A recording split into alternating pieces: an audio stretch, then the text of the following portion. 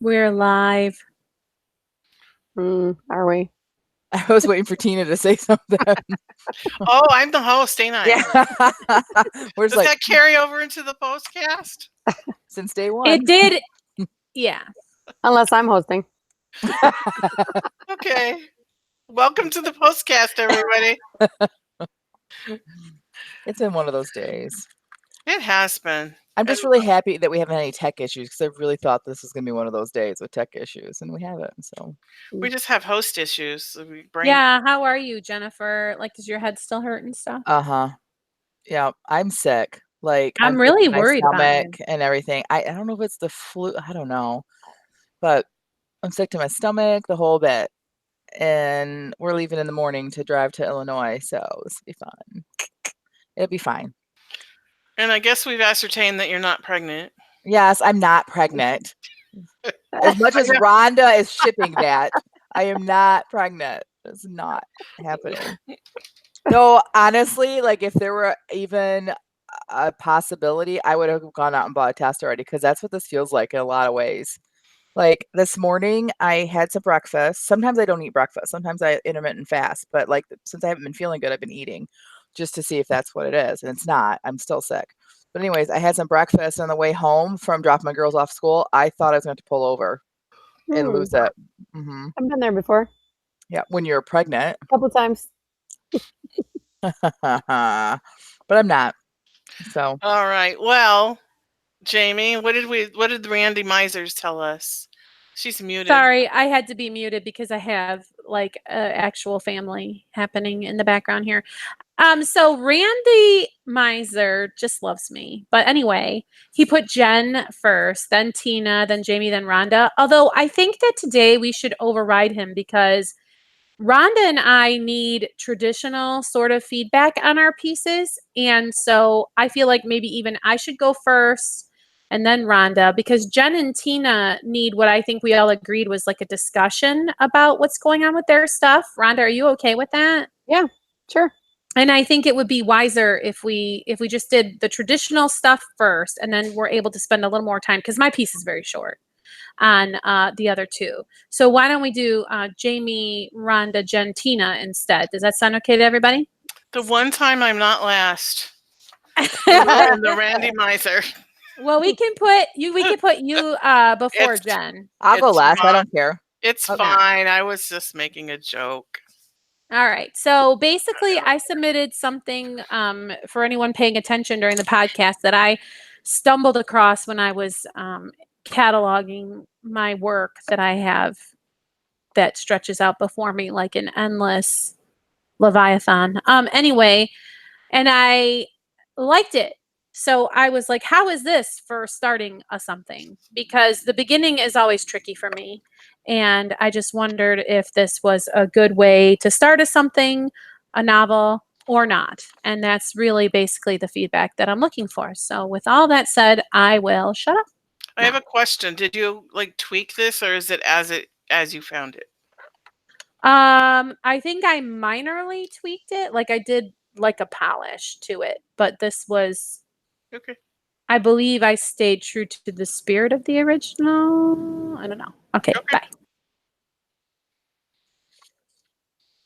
All right. Who wants to go first? Who has something to say? I can go first.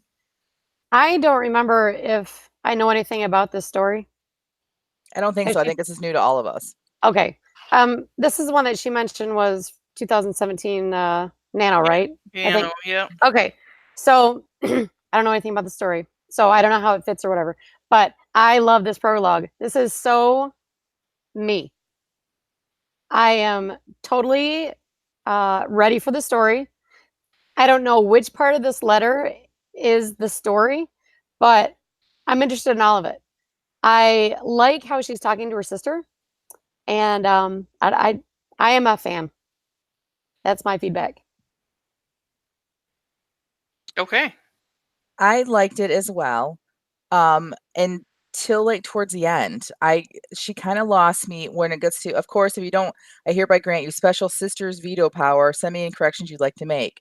I put why, because I feel like that the rest of it had a certain feel to it and a certain, like I was like feeling like the story, I was already into it. And then I felt like that was this kind of like very like all of a sudden like humorous and like which I wasn't expecting. So if that's her point, was like this is gonna be serious and I'm gonna throw humor in, then okay, I get it. And then the last paragraph just completely lost me. Like I get that it's supposed to be like a real letter, so she just maybe just put that in there. But like I felt like I lost interest in the fact that like we can need to make plans for Memorial Day, blah blah blah. I felt like that was just unneeded. But I've not read the rest of it, so I don't know. So would that stop me from reading more? Nope. I would still read on to see what, because this is, I think, a very unique way to start off a book. Your feedback is the total opposite of mine because I love that she stuck to writing a true letter. Okay. And the fact, the sister knows what's going on. So I think she did a really good job of not just backfilling it with story and stuff that we, the readers, need to know because the sister knows it. Right. And with it being a letter, I think she did a great job on it for me as a reader. Okay. What about you, Tina? I think I agree with Rhonda that I like that it's a real letter. I did kind of stop when she said sister's veto power. I didn't think she was trying to be funny though. For some reason, I didn't realize that she was writing it. I guess I didn't pay attention to the Dear Sally. So I went back to look at who the letter was to. But that's probably just my, I tend to be I don't know if you call it a lazy reader, but that's part of the reason that I read so fast is I don't read every word a lot of times. And so I missed that it was just Sally. But it's definitely intriguing. I really like the idea, and I would definitely want to read the book and find out what happened and why was there smoke where the pastor was Right. on the pulpit. And so the reason I asked her if she had polished it or not is just that I've had my editor's hat on for several weeks now. And so I just noticed a couple things like she used perhaps twice to start two sentences in a row. And there was a lot of ands in one sentence. So like stuff like that she will probably catch herself when she does a final edit. But I really liked the idea and I'm intrigued about what's going to happen. And I think it would be an awesome start to a story. Right. I'm very intrigued by what's going on. I want to know why in the world would she even choose to do this as a blog post? Like, what's going to happen when she does that? Like, all that stuff. I guess what I meant by that last paragraph is I just feel like it wasn't necessary. Like, I feel like it was a letter enough, and it would left me more on the edge of my seat if she had said, "Sincerely, Josie," after saying, if send me any corrections you'd like to make. Sincerely, Josie. But again, that's just a little itty bitty piece of me, and I've not read the whole story, so that paragraph might have purpose. So yeah, maybe something's going to happen on Memorial Day. Yeah, maybe she's setting that up. Yeah. About the smoke in the pulpit, I'm totally intrigued to find out, was this pastor like struck by lightning or something, or why did he spontaneously combust? Because Jamie's story, it really could be anything. Yeah, because Jamie's writing it, like he could have just disappeared in a puff of smoke because aliens, is he a magician? Sucked him up into their ship or something. You just don't even know. Yeah. But I definitely want to know. All right, we ready to let her out so she can answer some questions? I think so. All right. James. Awesome. Thank you. That's exactly the kind of feedback that I needed. As far as what happened, well, that's pretty much the whole story. The working title of the book is The Happenings at Nickel Creek. And so this event transpired, and the girl in the center of all of this drama is just as clueless as everybody else, and yet they all expect her to have answers. And so anyway, I really like, as I kept reading, I'm like, I really like this.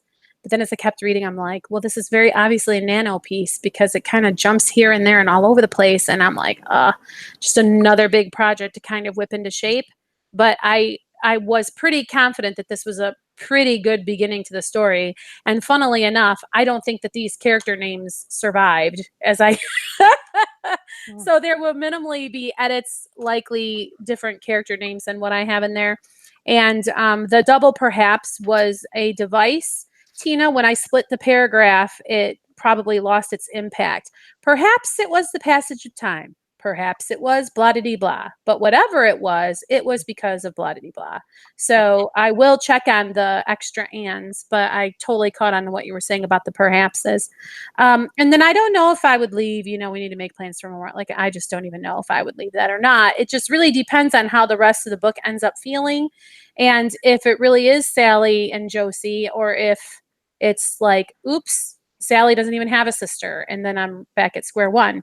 But I really liked it, and I liked the idea of starting the book this way, and I wanted to know if it would keep you reading, and it sounds like the answer is yes. So you guys gave me exactly the kind of feedback that I wanted. I really, really appreciate that so much. All right. So thanks. My back feels very fed, and I think that it's if it's okay with you guys, we can maybe move on to Miss Rhonda. Sounds good. Sounds good. All right, Rhonda, what do you want to tell us before we start? Okay, so this is the next scene. I mean, I tried to get you to read the last scene over again, but whatever. This is the very next thing that happens, and we expect it to be finished unless you guys find, like in the last one, you weren't sure about what the romance was, whether we should change it. So we'll see what you think about this one. But just your basic, are you reading a book feedback? Alrighty. Tina, why don't you go first, since it kind of seems like I feel like I just steamroll you so often. I want you to have first crack. Oh no, you don't steamroll me. I'm a slow thinker sometimes. And you just seem to, like, your brain, I don't know, your brain just works fast. I feel like It's a scary, scary place in there, I'll tell you. Anyway, go ahead. I liked this. I liked the feel of her, she coming back and she's going to this party she doesn't really want to be at. And then she's seeing all these people she hasn't seen for a while. And it seemed really organic. It didn't seem like you were trying to force anyone in there. Like, it seemed like something that would happen if you were coming back and going to the party, and the different people and their personalities. I love that. And I love that she just walked out at the end. And I also like it has questions in my mind. Not about the writing. It brings up questions in my mind that make me want to find out the answers to them, so that I would keep reading. Like, does he know that she's really still in love with him? And does she know that she's really still in love with him? Stuff like that. So I agree. Oh, I'm sorry. No, go ahead. There was just a few little like editing things, but I'm not going to mention it. I agree with Tina on the characters, as opposed to some of the other pieces that we've had from her recently, where we were like, so many characters and it's hard to keep track. I feel like the way she introduced, there was a lot of characters in this, but it was well done. Like, I felt like I was there at the party. I felt like I could see people, and she was introducing them with just enough information without overloading us, but yet giving us enough to where we knew who she was talking about. We could see what was going on. And so I really liked that. So that was one of my breads. I have a question, and I should have asked this while she was still on with us, but she mentioned a funeral. First of all, she mentioned that maybe her aunt would be able to come back to the women's auxiliary, and I'm trying to remember. When I first started reading this, I thought her aunt had died. So I guess no. I can address that. This is a zombie story. Oh, okay, good. No, so her aunt's not dead. But then they mentioned a funeral. So I forget who the funeral is for. Do you guys remember? I don't know. I mean, it can't be for the girl who died in the car accident, because that was last summer. Yeah. So I don't know. Maybe it was just the editing error. There was a guy murdered in the prologue. Did we read the prologue? We did? Okay, sorry. So that's just because we're reading this in pieces and I'm just not tracking. It's sorry. disjointed, and so you can't remember. Right. And so, yeah. All right. So I so that helps me out a ton. There were, like Tina said, a couple editing things that I'll just tell her about later. But again, all right. So back to the characters things. Carrie says she hasn't heard from you since the funeral, Sam said as they were all alone again. As they were alone again, Beryl pulled a glass of ice water toward her. I've called her a couple times, but you know that sister of yours. Boom. She didn't have to say Carrie was Sam's sister. Like, we get it, right? And it was just very well done. So I marked that as I thought that was really well done, how she did that. I felt like I was getting to know the characters without having to. So some meat on the second to last page when Beryl goes to get up, she says nature calls. Felt like that seemed out of place for her character. So far, her character seems kind of demure. Like if it were me and this were the guy that broke my heart and he hadn't married the girl that he got pregnant, I'd be like, I wouldn't even be, there would be no way you convince me to go to this party. I would just tell him off. Where now she's gonna be like, oh, nature calls. Like, it just didn't feel right to me. But again, that's a tiny, tiny piece of meat. On the first page, the only new addition to the little diner in the last 3 years appeared to be the helium-filled balloons dangling. If they had helium, they wouldn't dangle. They'd be upright. I think she So- meant like the strings, maybe. So she would probably have Maybe. to say the strings of the helium balloons dangling. Right. Because I agree with you that, yeah, helium would float. Right. I liked her description of Edgar, his ample belly. Love that. And then just one more time, I know I've mentioned this the last time we read something from Beryl, and we mentioned about Sam, but she said he put his hat on the tape. As Sam removed his hat and dropped it at the seat next to him. Tell me about his hat, or tell me about his uniform, something a little bit more, so that you don't have to keep like it just gives us little hints to like what he looks like. It reminds us that he's a police officer or whatever. Just there's just opportunities like that. But again, such a tiny piece of meat. I really enjoyed this piece. I thought it was one of the best that we've seen from her in a while. So I would say that I have the same bread as you guys have. It was a really great device, I felt, because it's a mystery. You have to introduce a bunch of characters and you have to let your reader know that these people exist and how they're different from each other and what their possible motives and clues and things like that could be. I really thought that that was great, and the party device was super good. I have lots of stuff that I plucked out and put into a little suggestion document. I thought Pappy Rooney, is that supposed to be like a play on pepperoni? I thought that was kind of cute. Let's see. I felt like, well, I put some little notes in here, but I'm just going to say that the biggest piece of meat that I have about this is I don't know these people at all. I don't know Beryl. I don't know Sam. And now we're in chapter, I don't know if this is 2 or 3 or 4, but I don't really care about them. They're totally flat. It's like Beryl is a girl cataloging things that are happening to her, and Sam is someone that she's telling us that she cared about and that she blushes when she sees him. But I feel like they are not fleshed out in the way that Nettie was the first time we saw her, in the way that the grandma character, when Nettie was like, remember that skydiving story? We knew those people by the end of that short bit that she submitted to us, and we were in love with them. But so far, we've just read a cataloging of events, and we're still not really sure if we know Beryl, because Jen said, I think it was kind of out of character for her to say nature calls, but how would we know that? that's true. And there's some opportunities in here. Like, for example, when Sam says to her, you made a good you went off and made your fortune, huh? Or something that he says. And I'm like, that is a very like narrator in a fairy tale way to ask that question. Let me find it in here. It's on page. First of all, it takes a really long time for them to be able to talk to each other, which is kind of funny because they get there and it's all, well, let me say hello to everybody else first and then we can talk. So I did really appreciate that. But, oh gosh, you've made a successful life for yourself in Chicago, haven't you? Like, that doesn't sound like any swoony, dreamy guy I ever met anywhere. That sounds like a history professor or a narrator of a book.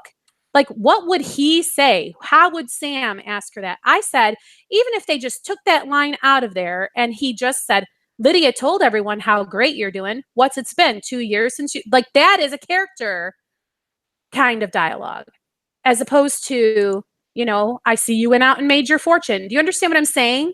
Mm-hmm. Am I way off base, or would you guys agree at all with this sentiment that I have? No, I agree with you. And I think that like the fact that we're like reading this in like I got confused in who was dead and who was like, you know what I'm saying? So like I think that's where I got lost in it and didn't notice that. But now that you say that, I do agree with you that the characters are flatter than Nettie and other characters that she's written. So I think what we need to see is we need to see more of who Beryl is inside of her. Like Yes. so, you know, she's starting there. She's starting to get it. Like she shows us running her finger around the top of the water and he's watching it and then she stops.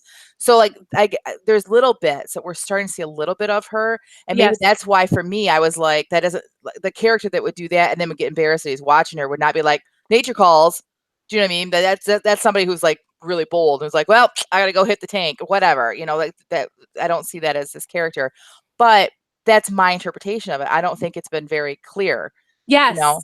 Yeah. Mhm, So because I read that, and because we don't know, I read it as she puts on this front that she's confident and bold, but really she is not. And so the nature calls is trying to show Sam that she doesn't care if he's paying super close attention to her. Do you know what I mean? Right. Except you and me are both guessing because we Yeah. don't know her. We don't know who is Beryl really? How does she feel about Sam? I mean, and even when she talks about her grandmother, it does not feel sentimental in any way. It feels like grandma really loved coming to visit me in Chicago, and she was so proud of her niece or auntie. She was so proud of her niece.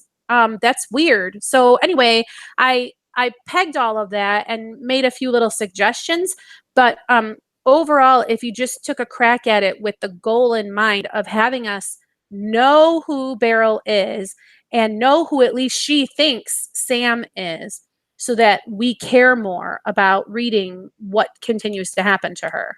That's just my biggest piece of meat there. And I think that I didn't really notice it until you said something because I just put my own personality in there. Probably because it wasn't strong enough, her personality. And so like I would do something like that where I would break the tension by trying to say something funny. Mhm. And I gotta, you know, what did she say? I gotta hit the tank or whatever. Jen, Nature calls. That was Jen's version. I have of that it. imprinted in my head now. I'm never gonna get it out. Is that even a phrase? I don't even think that's a phrase. I don't know. it is now. It is That's now. how I'm announcing to my family loudly and proudly every time. My dad always used to say, "I'm gonna be in the toilet." My dad used to say, I gotta go visit my office. And I also wanted to say, you know, you shouldn't get in the toilet. That's not sanitary. Mhm. All you gotta do is sit on it. It's All right. so funny because out of my whole household, only my 15-year-old just thinks that we're all juvenile and disgusting, which makes it all the more fun to continue to be juvenile and disgusting. Right. So I like to think of different ways to say it. So thank you, Jen, because you've granted me a gift you did not even know. Yes, That you're must be a welcome. 15-year-old thing. Yeah. All right. So what's something we can give her like concrete? Let's try to give her something concrete that we think that she could take and do. I mean, like instead of just saying you need to make them more alive, what is something she can do? Like how can we help her with that? Like Well, I liked your suggestion of describing Sam a little more. Does he have blue eyes? Does he have brown eyes? Does he have sandy brown hair? And I think that if she poked her finger into a physical description, even if it didn't get included into her book, maybe as a brainstorming exercise, it might tumble out of her. Just like the time we went to the beach and he pulled my deck chair out for me, blended it, and it would help reveal character, you see? right. And then she could take that and put it in. Right. And we know there's a story there, but we don't know what the story is. And I know that they're probably waiting till later to reveal that story, but it doesn't mean she can't hint at it. Like, so let's say that he left her at the altar. Okay. Yeah. So all she has to say, we could say like, that, and he smiled at her and it made her uncomfortable the same way. He smiled at her the same way that he looked at her 3 years ago at the front of St. Olaf's. And leave it at that. And they were like, front of St. Olaf. What happened at St. Olaf? Was that a church? Like, you know, so you see what I'm saying? Like, give us like a little bit of a tidbit of it to foreshadow what you're about to tell us, but that makes us like want to know more. Makes us feel like, oh my gosh, was she jilted? And then all of a sudden we know her, or we can identify with her, or we want to, or him. Like, show us more of him. Like, so right now she's telling us that he got this girl pregnant and did not marry her. And then he didn't, he basically left Beryl, but we don't know the whole truth. We don't know if that is actually the truth. So she needs to be maybe a little more blatant about it. Like maybe, or show him like doing really nice stuff for people where we're like, oh, he's a good guy, or him doing jerky things where we're like, yeah, what a jerk. I don't know, something, but he's very, like you said, he's just not really doing anything but taking his hat off and putting it on the chair or leaning in close into the car and making her heart beat faster. We need to see actually more stuff that shows who he is. Yes, and I totally agree with you. And I would add to that a couple of actual concrete suggestions that I gave her that I just now realized is what I feel like we're lacking that she normally does. So she said, excuse me, familiar sounds and aromas attacked her senses as I walked through the door. But I would expect Rhonda to say, the scent of garlic and basil took her back to her, teenage days that she shared in the booth with her friend Sally. Like just internal feelings and thoughts are completely lacking. So what smells, what sounds are you saying attacked her senses? Why is grandma's house so comfy and cozy to you? Yeah, I spent a lot of time there. Okay, among the knitting supplies and the place that I And used the to buttons. hide the buttons and the place that I used to hide when I was a little girl, and it is something to make us feel like we know Beryl and we know how her train of thought works, and or something completely different in all that. When I used to go to grandma's house and smash up all her antiques because I was a devil of a child and always need to be spanked. I don't know, but we don't know. And I feel like it's really helping me to feel invested in this, or hindering me. Yeah, she says that nothing has changed in this diner. Then instead of saying that, why don't you show us? How about when they sit down, she looks over and their initials are carved in the top of the table. Like, yeah, that would totally help. Yeah, nothing has changed, and she including, and then she sits down and she sees BE plus ST. I don't know what his name is. Yes, and then more importantly, how does that make her feel? Because we're getting a laundry list of facts and no internal, none. Right. So, and she has to take a deep breath to choke back the emotions, and she places the coffee cup over top of it so she doesn't look at it. I don't know. Yeah. So now we're like, okay, so she still has, like, it's still affecting her. They were a couple. I don't know. Like, she doesn't have to use that, but things like that. But you're saying, then it shows us that she has a shield up. It shows us that she's putting on a facade, that this isn't really how she would act, Yeah. And even if the way that she acted and thought and felt was different when she was with the cashier girl. So now I can really be my authentic self and these feelings and everything. And now I can be a different person because I'm talking to this trusted person as opposed to being fake me over here. But this is all, again, stuff that I would like for her to communicate to me instead of me having to guess it. Right. Which I feel really bad giving that kind of a feedback when somebody is saying that this is finished. But it'll be so much better though. It's good, but we know it can be so much better. Right. So that's So okay. I'll shut up now. Should we let her come out? Yes, I want to hear what she has to say. Okay. Jamie, first of all, I said it was finished, but I wouldn't submit it to you guys if I didn't want your feedback. And everything you said, all of you guys, was so valuable. I appreciate that so much. It's exactly what's missing. Jennifer, I hope you don't mind, but I am totally taking that idea with the coffee cup. I love that. I love that. I don't mind at all. That's great. Tina, I do the same thing in books when it feels a little bit flat. I find myself putting myself into the story, and I totally know what you're saying there. And you're right. We don't really have, I kind of don't feel for these characters yet either. And that's sad for me to say, but, so I'm really going to put a lot of things. Yeah, I don't know. Should I resubmit this same piece next week so you can reread it, or do you want to go on to the next one? I would like to have a reread because it would make me excited to read the next part. Do you understand what I'm saying? Like I would like to see a reread of the first one where he's in the police car and how does she feel when he and so Okay. I think the fact that you said you don't care about these characters is exactly the problem. So Yeah. you may just need to do some exercises to where you know who Beryl is and you find that thing about her that twists in your gut and makes you like love her Mhm. as flawed as she is or whatever, because it's not a character I think that you have an easy time relating to, because I don't think you would leave a small town situation to go chase a career in Chicago. And so I think Exactly. that because you're not her, you're having a hard time even sympathizing with that, or, And so you it's just have like to explore. it's the difference between what you wrote during the podcast today, where Mhm. it was people that you care about. And so Yeah. Right. those little Yes. details came out in your writing, the crooked finger and all that, because you love them and you care and you're deeply attached to them. Those little details of characterization come out in your writing, where if you don't feel attached to these characters, those details are missing, and that's what we're missing when we read it. It Yeah. may be easiest for you to start with Aunt Lydia because she is the kind of person that you would naturally like and gravitate to writing about anyway, a Mhm. collector of antiques, somebody, and maybe her relationship with Beryl and how it's different than Beryl's home life possibly. And so Mhm. maybe that can help you just explore that relationship. Yeah. All right. I'll explore a lot of those things that you guys mentioned. I really appreciate it. This And is just not to keep bringing up Agents of Shield, but like as I really. as I read this, as we're talking, I'm thinking I don't really know if Beryl is a Simmons or if she's a Sky. Oh, Okay. So right. as I'm thinking that, like, it could go either way, like her, how you've written her. So maybe, like, for me, sometimes if I'm having trouble, I try to actually pick out real actors or Mhm. characters of a TV show.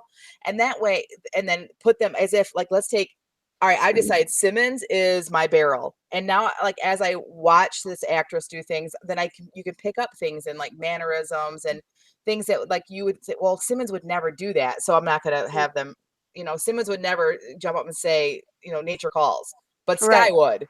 See Yeah. what I'm saying? Yeah. So And just FYI, Simmons always, I know. always. I had Okay. no idea. You guys might as well be I know. talking Greek. Yeah, Okay. Actually, I would probably understand Greek more. probably. Yeah. Right. So, Okay. And I I just hear have one last thing Sky to say. and I'm like, is that My Little Pony? Oh no, not Anyway. even that cool. Okay. The last thing is we now have a name for our town. It is St. Olaf. no. There might be legal problems with that. I couldn't think of any other church name. That's all that came in my mind was St. Olaf. And I'm like, well, I'm going with it. Sorry. There's It's way your- too many Golden Girls references in I today. know. I know. All right. Thank you. I appreciate everything you guys said. I really do. Awesome. Okay. And I sent you my Word shareable thing. All Thank right. you. So then that means we have Jen, and we have decided not to put Jen in her isolation booth because we need to have more a discussion. And Rhonda, I don't know if you were around for this part of the Rhonda's whatever. not happy about it. We She'd had like like you to this be in isolation. yes, we had this. Well, we could put her in isolation just for the fun of it for like 5 minutes, but we've decided that our office or our postcast time needs to serve us because this is our writing group and it doesn't always serve us well to just submit a polished piece of writing and get a critique on it. Sometimes we need help with something and we need to bring it to our writing gal pals. And why would we not do it now so that other people can also learn? So with that said, Jen, take it away and let us know what you need from us this week. Okay, so this week, I need some help on my back cover blurb. I have written one before, and I use the book by Brian Cohen called Sizzling Synopsis: How to Write a Sizzling Synopsis. And so I think I have the format the way I know I had the format the way I want it. I just don't know if it is gripping enough. If I'm also looking for editing, as well. But it's one of those things. It's not going to be the same as if I was submitting a piece of writing, which we could talk about the characters and we could talk about the way I've written it. This is more just about is this what I should have on the back cover of my book? Because after your cover, the next thing that is the most important thing for people to pick up your book is they flip it over and they read the back. So this is very, very important for me for book number 2. Well, in the interest of full disclosure, I will say that I approached this very differently than I normally would, because we were talking about how this particular conversation could be helpful to so many, and how we may take this discussion later and edit it up and try to help other people go through their own blurb to perfect it, to make it better, to tweak it. And so I possibly spent a lot more time on it than I would have. So I just wanted to start out by saying that. Right, because hopefully not only will you be able to help me, but hopefully we can turn this around and help others out there that are in the same boat or getting ready to write the back blurb for their books. So the problem that I originally came up with, and it's not really a problem. Problem is a very strong word. Is that there are many recipes for writing a blurb, and I did not read how to write a sizzling synopsis, and so I'm not going to approach this the same way that you would, Jen. And so also, because I was not coming into this with like, I'm completely happy with the format, I just want to know if it works. I went through and gave it like a big treatment, and kind of to just point out the fact that there's more than one way to slice this particular pie. Right. I went through and found the template that is passed around in some writers groups for writing a blurb. And I don't know how it's the same or different than writing a sizzling synopsis, but I would think that we could all agree upon certain things. It shouldn't be overly long. I think we could agree, right? Yep. It should clearly, okay, so Readsy, in fact, has a really good just guidelines. So it's not a template, and it isn't do this and then do that, but Readsy has some guidelines for making sure that your blurb is good. And it's a blog post that says how to write a blurb, a guide for novelists. And I like it because then it's not, well, Jen, you didn't follow the sizzling formula, or you didn't follow this template that I pulled up for the sake of just showing that there's different ways to handle it. So Readsy says, number 1, introduce your main characters. Number 2, set the stage for your primary conflict. Number 3, establish the stakes. Number 4, show the reader why this book is for them. And I think that those 4 hints are really good to just kind of point you in the right general direction. Okay. Would you other ladies agree? Rhonda's nodding. Yes. I do agree. Yes.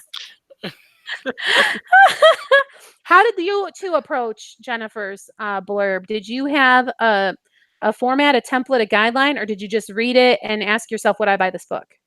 Well, to be honest with you, I feel really bad right now because I didn't think about looking up how it should be written. I just approached it as a reader. If I pick this up off the shelf, am I interested? So to answer that question, I just read it like a reader. I think that's okay though. I mean, because ultimately most people that pick this up, like that's my goal, is a reader. Yeah. So So do you want me to tell you what I thought about it? Go ahead, Dina. Yeah, go ahead. Tell her what you thought about it. Well, I totally would read it. And I tried to tell myself that I don't know anything about this book. I just tried to read exactly what was in front of me. I didn't have any preconceived notions about what should be in there. So the sentence at the top, perfect. I mean, you boiled that down in the way that every technical writer should boil the facts of something down. I really love that first sentence. Yes. And then the big blurb, that's great. Actually, I think I know more about the story now than I already do from what we've read here in the group. And yeah, I'm definitely very excited to read it just from the blurb. The elevator pitch. Now, is that this was what just you're gonna be- separate.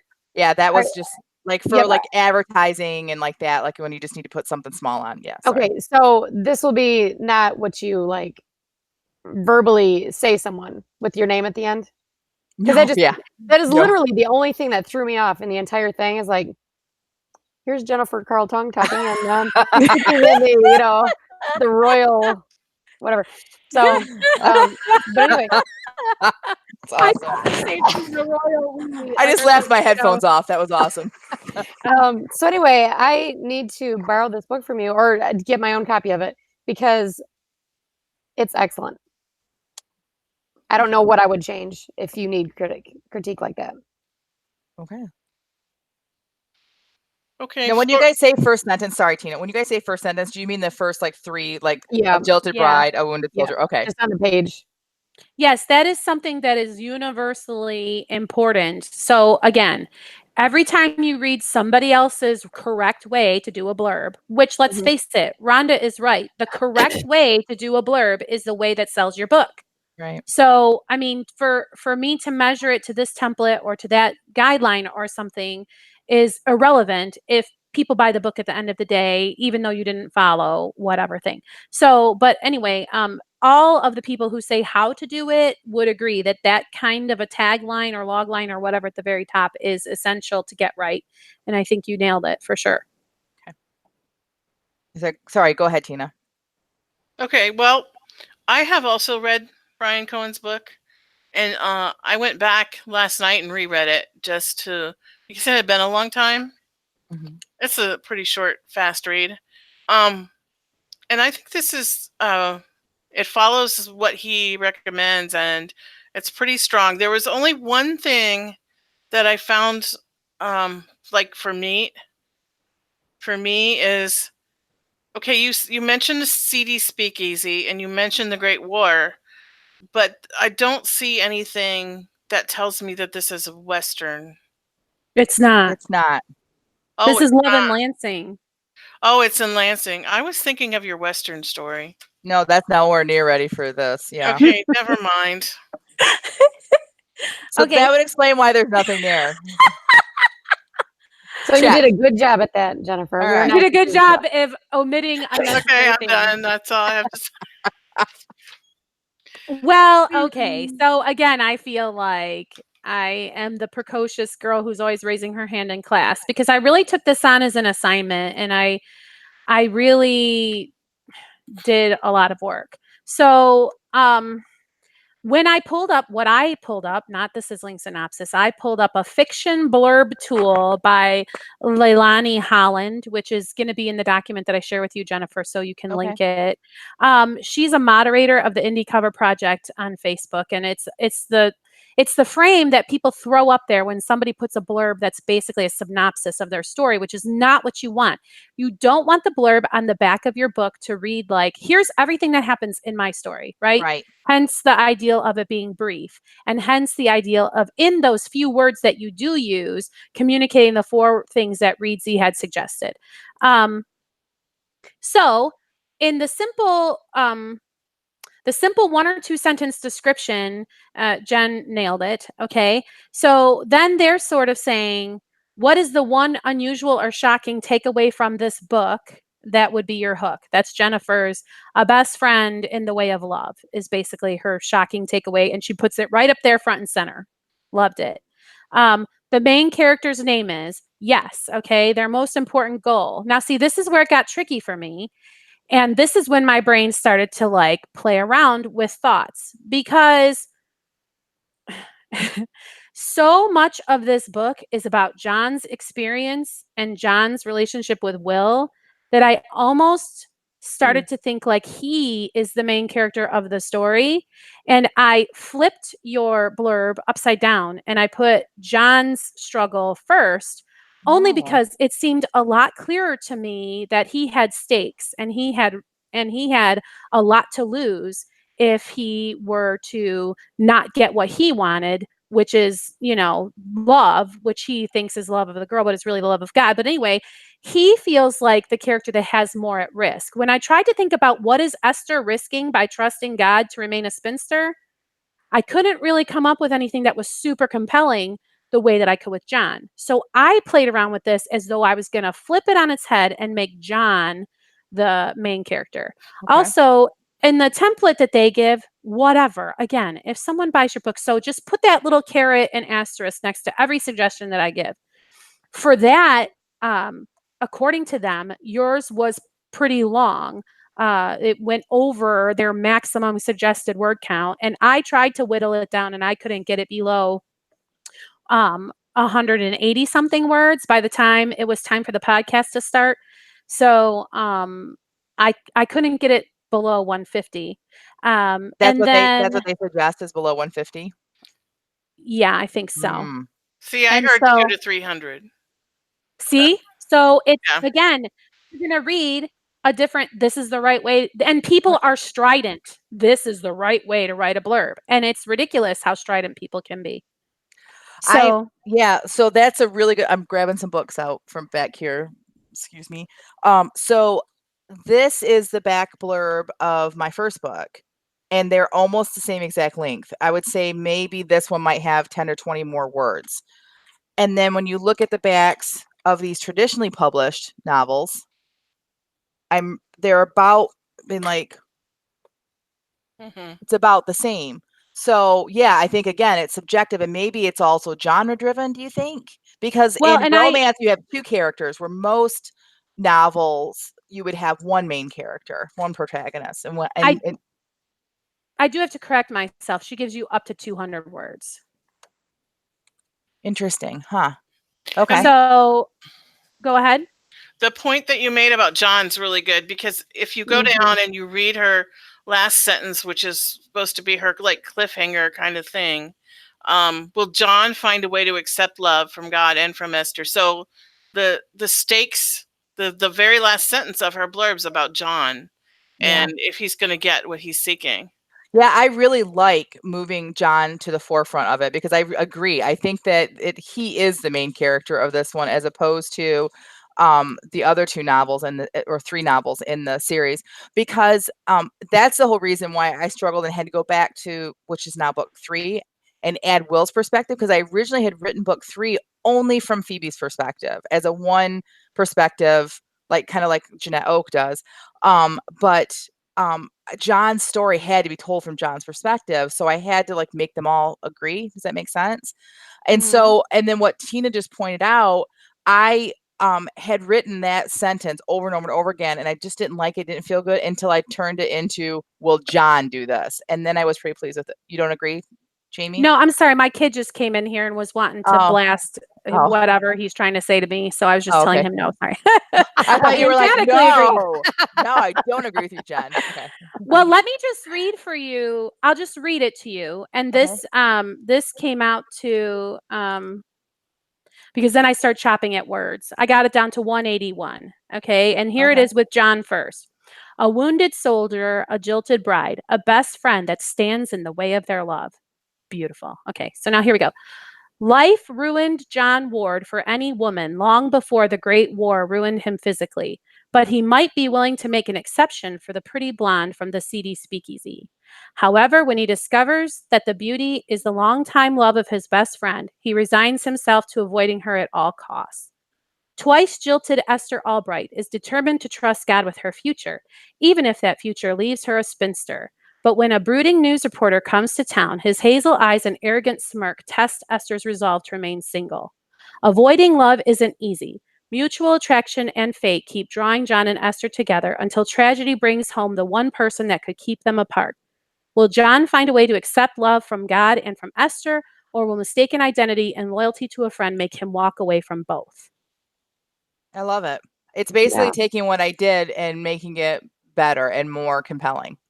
Well, and I think that the secret is trying to pick out where you could whittle it down and still maintain, because I mean, really, is it important that everybody knows that she's the pastor's daughter? Well, Reverend Albright is important, but that's not really a pivotal crux of your plot, that she's the pastor's daughter. And so anyway, I just really tried to make it a can of condensed soup.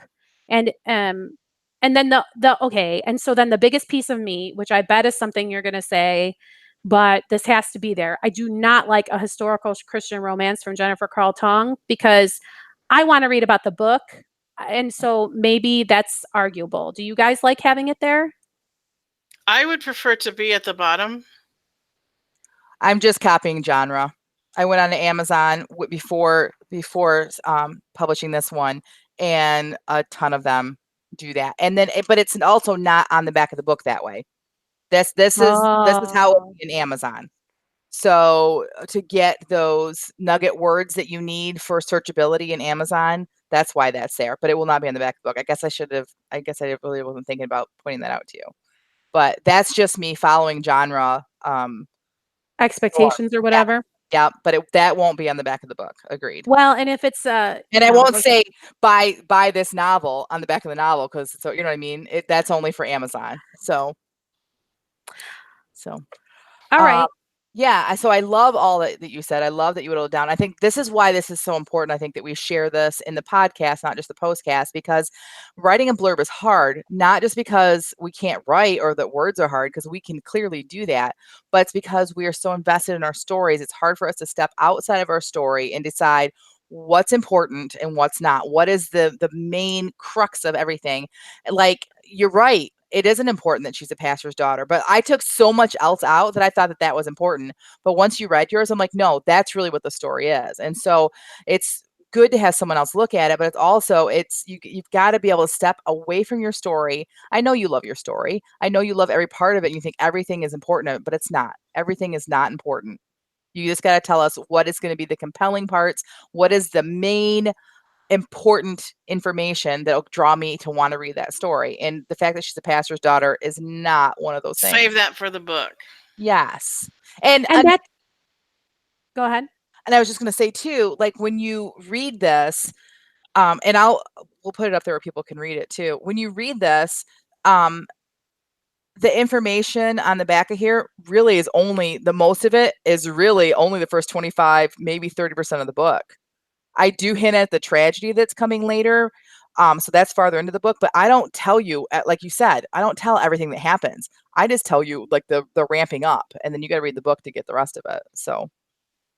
Yeah. And so I think that, we're talking about word count limits or whatever. And I think that a really strict, something like 200 word count limit will really help you to decide if you are giving your reader too much and not, because, okay, just like when you're editing your book, you have to have a different hat on than when you're writing your book. When it comes time to market your book, which this really is marketing your book, yes, you have to have a whole different hat on, because this is ad copy. This is not convince everybody that I'm a terrific writer and I deserve a Pulitzer. This is selling your book to people. And if you think about it like that, there's a reason that commercials are only 60 to 90 seconds long. You have just a split second amount of time to captivate someone and to get them to click buy now. And if you're giving yourself carte blanche to take as many words as you need, you run the risk of synopsising what you really should be ad copying, right? Mm-hmm. Right. So whether that limit is 250 or 200 or whatever it's supposed to be, I think the purpose of giving someone a word count is to let them know it needs to be short and only say what it needs to say to sell the book, like Jen said. Right. You know what the best time to write your blurb would be is when you first get your idea for your story. Because in traditional publishing, I've heard this more than once in interviews, in traditional publishing, the people that write the blurbs for the back of the books do not read the book. They don't read the book. They just get the information they need, and then they just get the bare bones, and then they write something. And that's how it works. And we have finished reading the book. We are so invested in this book, and then it's hard for us to separate ourselves out to just get the bare bones. So that's what I need to do. I need to start writing my blurb the minute I start the story, like the minute I have the idea and know where it's going. I think that's a really good piece of advice, Jennifer. I think that a lot of people could really, really do well to try that technique. So sorry, Rhonda, it seemed like you were trying to chime in there. No, I was just gonna point out a while ago how much Jennifer likes Drabbles, so this should be super easy for her. And second of all, that is a fantastic piece of advice to write the back portion before you even start writing the story. I'm gonna do that today because you can always edit it, right? Mm-hmm. You can always make it better, but it's so much easier to edit it and add to it than it is to take away. Yeah, I really need to polish my audio editing skills so that I could take Rhonda saying that's a fantastic piece of advice and just push that button. And every time I say something, Rhonda's voice could chime in. That I is a fantastic piece of advice. I can do that for you. We should have it as ringtones every time she calls us. I agree with absolutely everything you said. I'm going to do that today, right when I get home.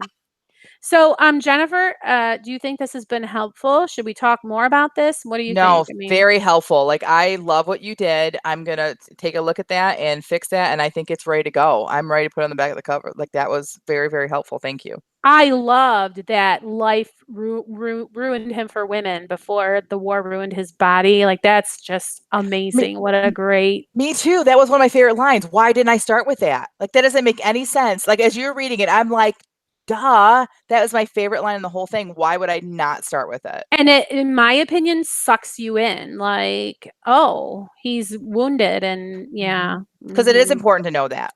Like, that plays a lot. I mean, at the beginning, and it plays a lot into, like, his interaction. I mean, it's an important that's an important part. The fact that she's a pastor's daughter, no. The fact that he's injured in the war, yes, that Mhm. does. So, And anyway, that's Because this major obstacle to what he wants. yep. And it's a physical kind of embodiment of also his internal injuries too. So, yes, and his mhm, insecurities. I mean, it's so thematic that it's the whole theme of the piece is wrapped up in the fact that he's broken mhm. physically and spiritually, right? And so Yes.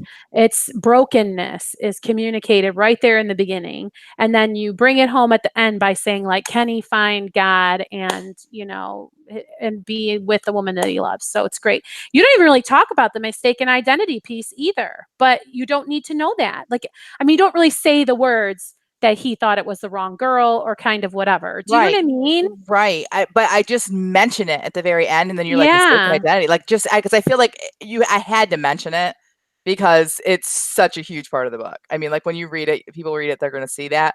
But yeah, I don't want to tell people. You don't want to tell people. You want to draw them into, like, the characters. Like, we talked about this with Tina last week or 2 weeks ago 2 weeks when ago. she shared her blurb.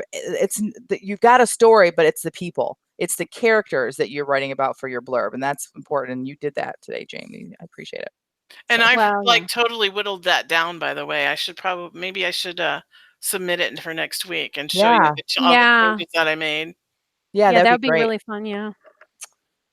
Okay. So, Jen, anything else you need out of No, that from that us? was great. I really appreciate it. Thank you. All right. So then I guess we got to put Tina in the hot seat. And again, she didn't see that she would get much value out of submitting something for a traditional critique session from us. So tell us what it is you do want from us, Tina. Okay, well, I wrote this scene and it's Angelica. Okay, I was using the hero's journey, which is basically a plot thing that gives you what's going to happen in your plot. And one of the things that happens is they don't have to, but is the denial of the call. So they're called to do something, but they're denying the call. So she ran north instead of going south where God was calling her to go. And so I put this scene in basically because I needed a denial of the call scene when I was following this hero's journey kind of template. And I'm not sure, first of all, if I even need this section of the book. And second of all, this first story that this old woman tells kind of re-summarizes my prologue, and I don't want it to be repetitive and boring for the reader who already read the prologue. So I'm wondering, okay, so here's the three things. Do I take the story out altogether? Is it even needed? I felt like its purpose was to show that how the story got distorted between what really happened and what they believe happened, and also set the feeling of this time that she's spending here at the fish camp, and how they tell stories every night.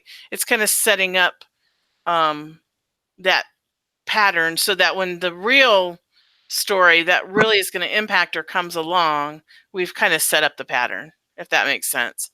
So I kind of know where I want to go with it, but I want to hear what you guys' opinions are with that. Well, Me too. okay, but before, go ahead, Rhonda. No, go ahead. Are you I just clarifying have to something? apologize because I did not spend an appropriate amount of time with this piece based on everything that you just said. So I'm not probably going to have adequate feedback for you. So go, Rhonda. Okay. All right. So I never do that. Remember Grandpa in the That's Gorge. fine. I don't ever go first. But okay. So Tina, just to answer one of your questions, I, as a child and adult, really, I love the game of telephone because it's so much fun for me to see what it was in the beginning and what it ends up as. And especially history and lore and that sort of thing. It's totally me. And to know what actually happened and then to find out what they're telling people 400 years down the road. I, as the reader, need that. Maybe I don't need it, but yes, I want that in there. So that is my answer to that particular question. Okay. I don't think that the problem is that it's repetitive. I don't think it's repetitive. I think that the problem is that there's not enough action or emotion or description. It's just this big long paragraph, 3 paragraphs of this lady telling a story, but like it's just words.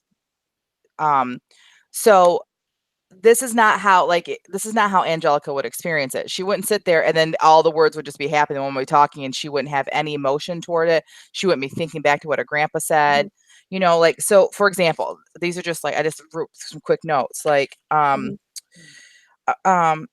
so crowded there was no room for the spruce tree or the aspen to grow. Her bony hands reach towards the sky. You got to give us something because it doesn't feel real. To me, it feels like I don't even know. It doesn't feel real at all.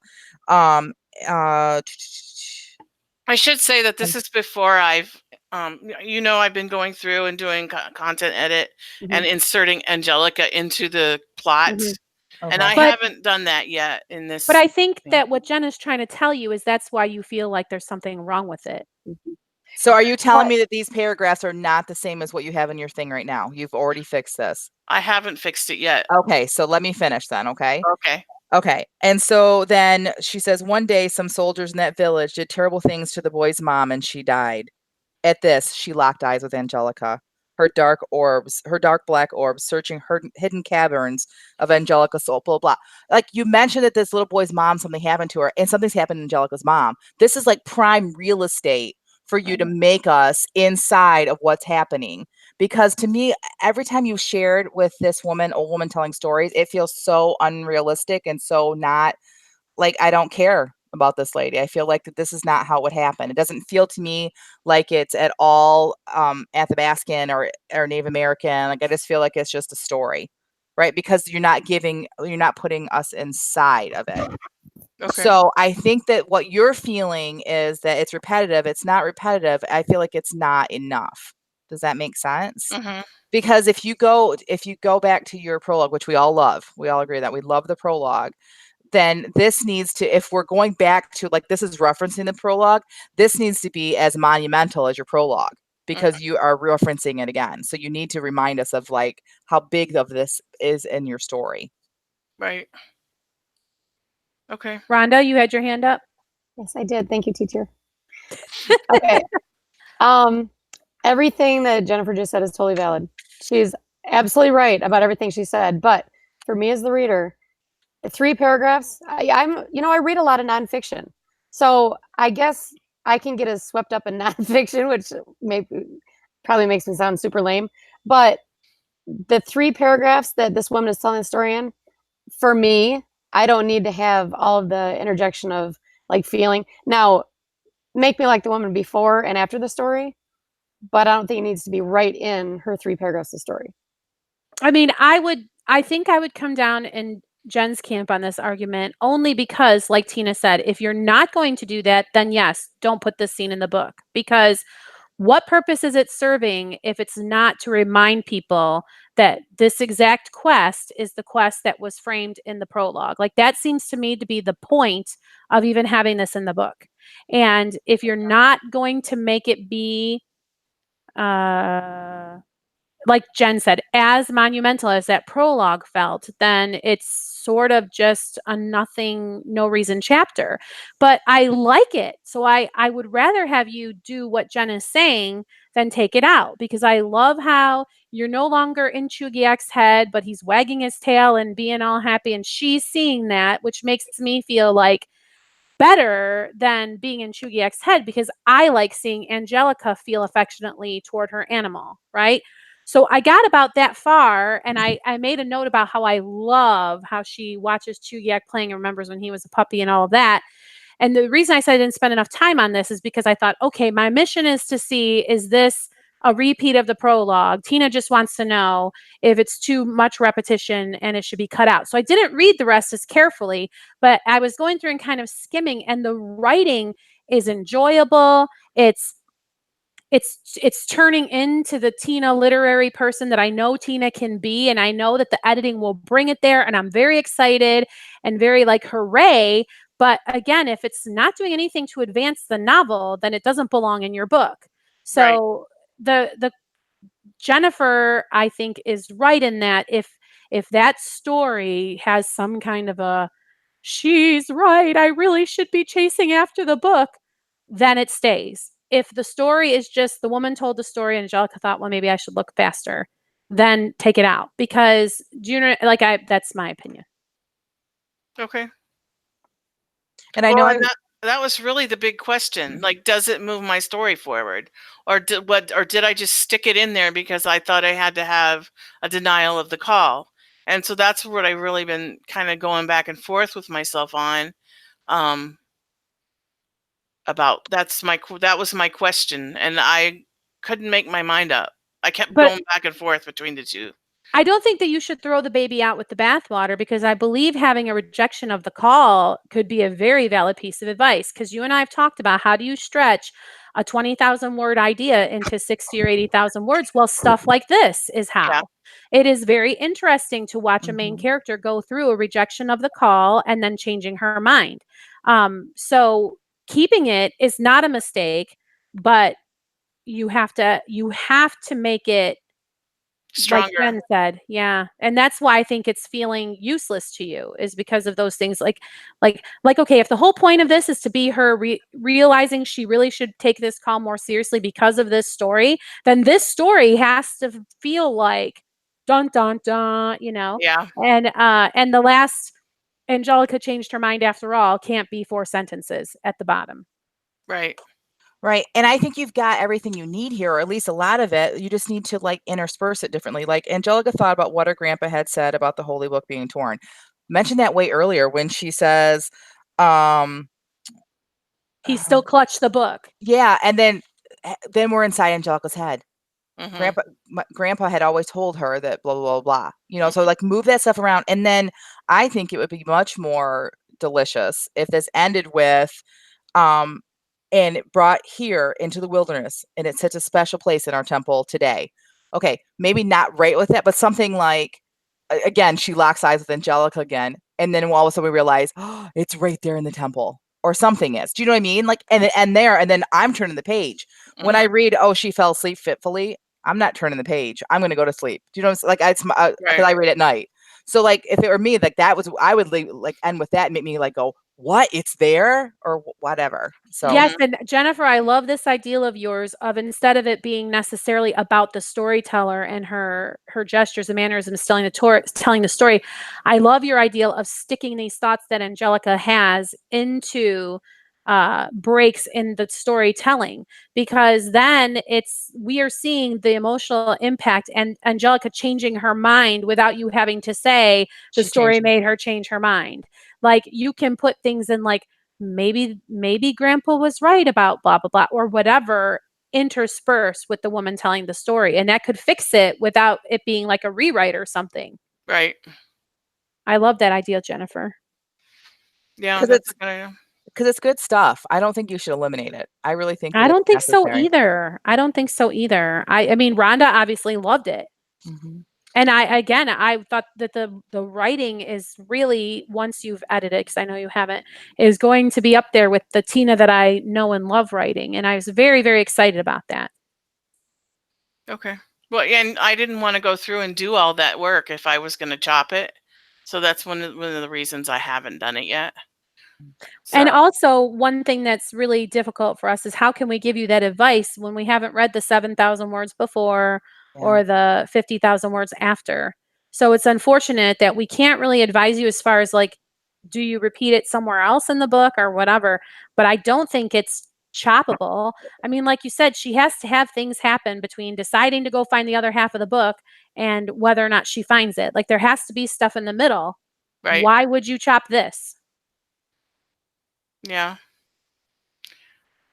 I don't know. I was just reading it and I was just like, ugh, and it was just, I didn't know if it was good enough. So I guess I'm just like my own worst critic. That's part of the problem. Well, same thing like with me with my blurb. Jamie took everything I had done and just made it better. I could not look at it anymore and figure out how to make it where I liked it. I didn't like it. Like it was okay, but I didn't like it. And then Jamie took it and now I can see and I like it, what she's done with it. So same thing, like you're just looking at it so much. Trust us, it is good, but you got to Yes. stick with it and you got to make these, I think you need to make these changes to make us just love what's going on and to be in the middle of it. But Okay. it's good stuff. It's All right. really good, Tina. Okay. Right, Rhonda? Yep. Mm. Rhonda, do you really think that she should leave it as is, or do you like the idea of interjecting Angelica's emotions in a storyteller? Or are you really firmly still in the camp of like, she doesn't need to fix that? Well, I'm not saying don't fix it if that's what she doesn't want to do. I've read plenty of books, fantasy, here's Journey type books where they have just a small section of story and it just kind of gets the story in there, gets it out of the way, and then you're able to have that information in your brain while you're reading. And I just kind of was looking at it like that. It- And the story itself was interesting enough to me to where I didn't need all the other things interjected into it. Um, but I'm not saying that it would be bad the other way. I'm sure it would be fantastic. Fantastic. Well, I'm wondering if Tina edited it and shared with us the new version or not. But I mean, I kind of know where you're at, Tina. You just feel like this is just a slog and you just want to be done. And so, you hate to send someone back with homework, so to speak, when that's how they feel about it. It would be so much easier if we just said, just cut it, just cut the chapter. You don't need it.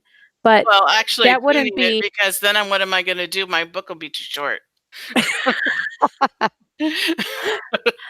So, um, yeah, it feels good to know it's good enough and I can make it better. And it gives me the kind of motivation I need to move forward. So thank you. Tina, you are a good writer. Yeah. Thank you. All right. Do you feel well fed? Awkward silence. Yes, I do. Thank you. All right. Did we get everybody? Yeah, I was last. All right. But we Productive can. day. Do we have a script that we use to sign off of our postcast? Am I supposed to be saying something pithy as the hostess? I don't think we do we? No, we just kind of say goodbye and All go right. to Twitter or Instagram. Well, no, we don't really do a lot on Instagram. We need to probably pick that Yeah. up. Thanks for watching and tell all your friends. Yes, and I hope that you really got something out of this discussion about blurbs. I think that it was Jennifer's idea. I think it's a very smart one to try to have a sort of a discussion when it was her turn that could be universally applied to and not just specific to her blurb. So I think that was a good idea, Jennifer. I think this episode will be very helpful for people. I think so too. Yep. Awesome. All right. All right. Bye. Bye. Catch you later. Bye.